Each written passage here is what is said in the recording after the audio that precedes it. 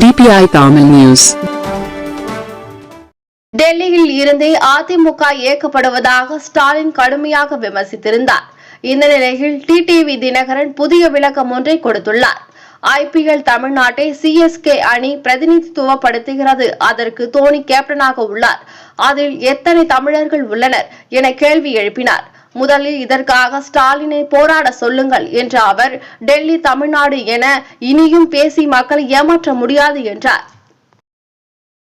CSK Tamil Nadu அணின்னு நம்ம இருக்கோம், சென்னையில இருக்கு. அதுக்கு தலைமை தாங்கிறது தோனி. அதுல இருக்கிறவங்க எத்தனை பேர் தமிழ்நாட்டு, அதுக்கு போய் போராட சொல்லுங்க முதலமைச்சரை. அதனால டெல்லி தமிழ்நாடு இப்படி எல்லாம் பேசி இனிமே மக்களை ஏமாற்ற முடியாது. ஏன்னா இவங்க டெல்லியில இருந்தப்ப தமிழ்நாட்டுக்கு எவ்வளவு கெட்ட பேர் நமக்கு எல்லாம் அசிங்கத்தை உருவாக்குனாங்கன்னு தெரியும். குறுஞ்செய்திகள் உடனுக்குடன் தெரிந்து கொள்ள DPI தமிழ் நியூஸ் சேனலை சப்ஸ்கிரைப் செய்து இணைந்திருங்கள்.